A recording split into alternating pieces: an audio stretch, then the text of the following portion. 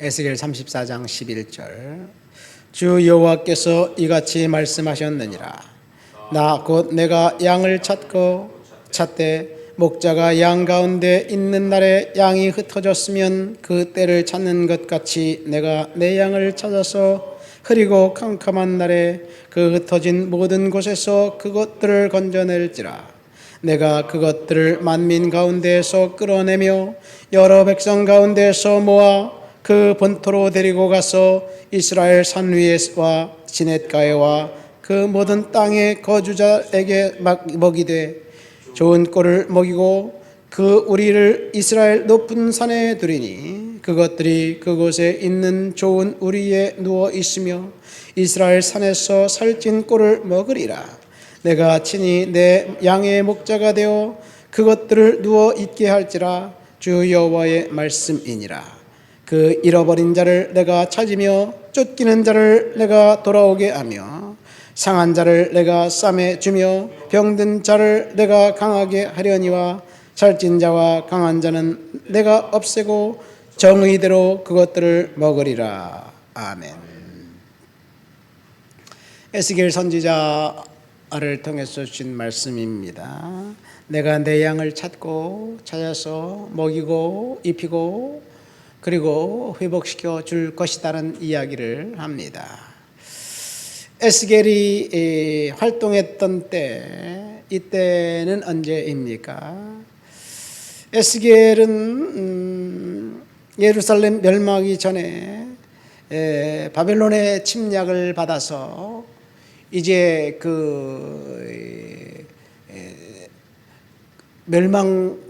바벨론이 예루살렘이 그 세 번에 걸쳐서 이제 바벨론의 침략을 받고 세 번에 걸쳐서 포로가 되어 끌려갑니다. 첫 번째 침공 때 다니엘이 끌려갑니다. 유다가 멸망하기 18년 전의 일입니다. 에스겔은 두 번째 두 번째 침략 때 끌려갔던 선지자입니다.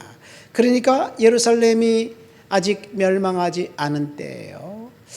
에스겔은 제사장이었습니다. 선지자였습니다. 그런데 바벨론에 끌려가서 그발 강가에서 소명을 받고 선지자가 됩니다.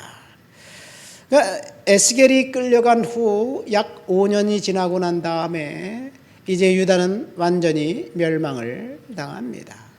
오늘 본문은 이제 에스겔이 선지자로 활동하면서 예언할 때 아직 유다가 멸망당하지 않은 때였습니다. 그는 몇 달 동안 몸이 묶인 채 대중 앞에서 한쪽으로 누워서 이제 토판에 새긴 예루살렘을 바라보며 불을 피워서 떡을 구워 먹는 이상하고 기이한 행동을 하면서 선지자 역할을 감당합니다. 왜 기이한 방법으로 그렇게 메시지를 전하려고 했을까? 사람들이 경청하지 않기 때문에 낯설고 생경한 방법으로 뭐야 이상하네, 저 사람 참 또라이 아닌가? 그렇게 하면서 이 시선을 끌기 위해서 그런 행동을 한 것 같습니다. 에스겔 역시 예레미야처럼 예루살렘의 멸망을 예언했습니다. 그가 사로잡힌 지 12년 10월 5일 예루살렘에서부터 도망한 자들에게 예루살렘이 멸망했다는 소식을 이제 끝내 듣게 됩니다. 그렇지만 에스겔은 오늘 본문에 보면 하나님이 특별히 이스라엘 백성들을 사랑해서 회복시켜 줄 것을 이야기하고 있습니다. 지금 이스라엘은 흩어진 양떼처럼 목자가 없어서 유리하고 방황하고 있습니다. 7절부터 쭉 보면 거짓 목자들이 나옵니다. 거짓 목자들이 나와서 이 양떼를 돌보는 것이 아니라 양떼를 수탈하고 떼어먹고 그리고 잡아먹고 그런 역할을 하지요. 그러니까 하나님이 나서서 11절에 내가 직접 내 양떼를 먹이고 입히고 보살펴 주겠다 그렇게 이야기합니다. 양떼 에는 이스라엘을 말하고 목자는 리더를 말합니다. 거짓 목자가 나와서 이제 그 양떼를 수탈하는 그런 모습은 아마도 바벨론을 이야기하는 것이고, 또 그 정치 리더들이 국가는 망할지라도 자신들의 그 안락과 편안한 삶은 끝까지 고수하면서 국가가 망하든지 말든지 전혀 상관이 없는 리더들을 이야기합니다. 어쩌면 오늘날 우리 시대를 보면 알 수 있죠. 국가는 망하든지 말든지, 경제는 힘든 일을 겪든지 말든지 대통령만 끌어내리면 된다라고 생각하면서 탄핵하는 사람들, 진짜 정의와 공의를 세우기 위해서 그런 것이라면 이해가 되는데 그런 것 같지가 않아서 참으로 안타깝습니다. 물론 끌어내려야 된다고 주장하는 사람들이 아직도 많이 있습니다. 정치적 견해에 따라서 이 나라가 이상하게 가고 있다라고 생각하는 사람들, 그렇게 생각하는 이상 이 나라는 이상한 것이지요. 지금 예레미야 시대는 망국의 시대였습니다. 그는 이미 바벨론의 포로가 되어서 이국당해서 정말 고난과 고초를 겪고 있습니다. 그런데 조국에서 들리는 소식은 여전히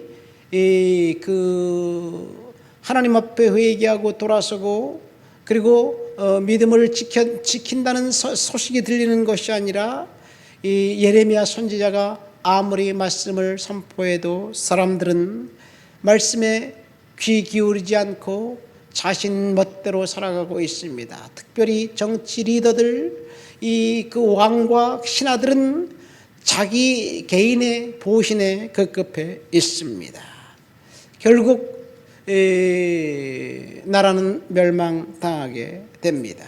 사람들이 국가가 멸망당하기 전까지 자신의 고집을 꺾지 않고 탐욕과 그 욕심을 내려놓지 않습니다. 국가가 멸망당하면 모든 것이 다 빼앗길 것인데, 탐욕을 부렸던 그 모든 것이 다 허사가 될 터인데 결과를 보기 전까지는 그런 것 같습니다.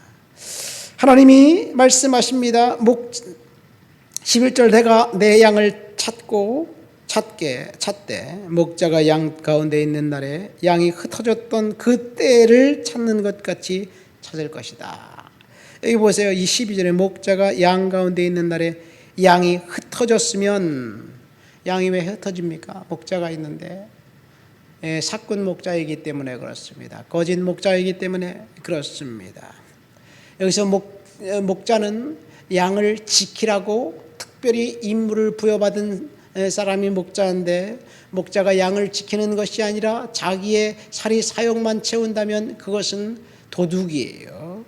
지금 도둑이 그 백성들을 수탈하고 있는 것을 봅니다. 그런데 하나님이 직접 양떼를 모아서 이제 지켜주겠다는 이야기를 합니다. 13절 말씀 보세요. 내가 그것들을 만민 가운데서 끌어내겠다, 구출해 주겠다. 14절 좋은 꿀을 먹이고 그 우리를 이스라엘의 높은 곳에 두겠다.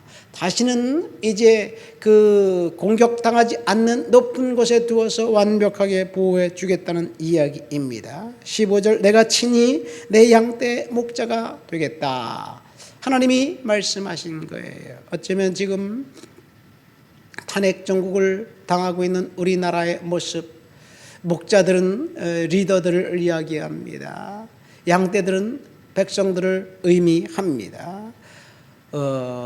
공유하고 공의롭고 정의로운 리더가 다시 세워질 수 있도록 우리는 힘써서 애써서 기도해야 될 줄 믿습니다. 거짓 탐욕에 빠져 있는 거짓 리더들이 백성들을 생각하고 백성들을 위한다고 하는 그런 그 달콤한 유혹에 사람들이 이제 다시는 속지 않도록 우리는 기도해야 될 줄 믿습니다. 16절 말씀 보세요. 하나님이 그 잃어버린 자를 내가 찾으며 쫓기는 자를 내가 돌아오게 하겠다. 결국 하나님께서 직접 역사하시는 그날 모든 것이 회복될 줄 믿습니다. 우리는 하나님이 회복시켜주는 그날까지 믿음으로 주 앞에 서 있어야 될 줄 믿습니다. 하나님 아버지 감사합니다. 오늘도 주님 앞에 나와 주를 높여드리고 주를 찬양합니다. 하나님, 양떼가 흩어졌고 이제 곤고함이 찾아왔을 때 하나님께서 직접 목자가 되어서 양떼를 보호해 주시고 이제 좋은 꼴을 먹이며 높은 곳에 세워 안전한 곳으로 인도해 주시겠다는 그 말씀을 붙들고 대한민국을 위해서 기도합니다. 이 나라를 주께서 지켜주시고 보호해 주시고 거짓과 이제 그 정의가 혼탁되지 않도록 주여 도와주옵시고 정의가 반드시 이길 수 있도록 주여 역사해 주시옵소서. 예수님의 이름으로 기도합니다. 아멘.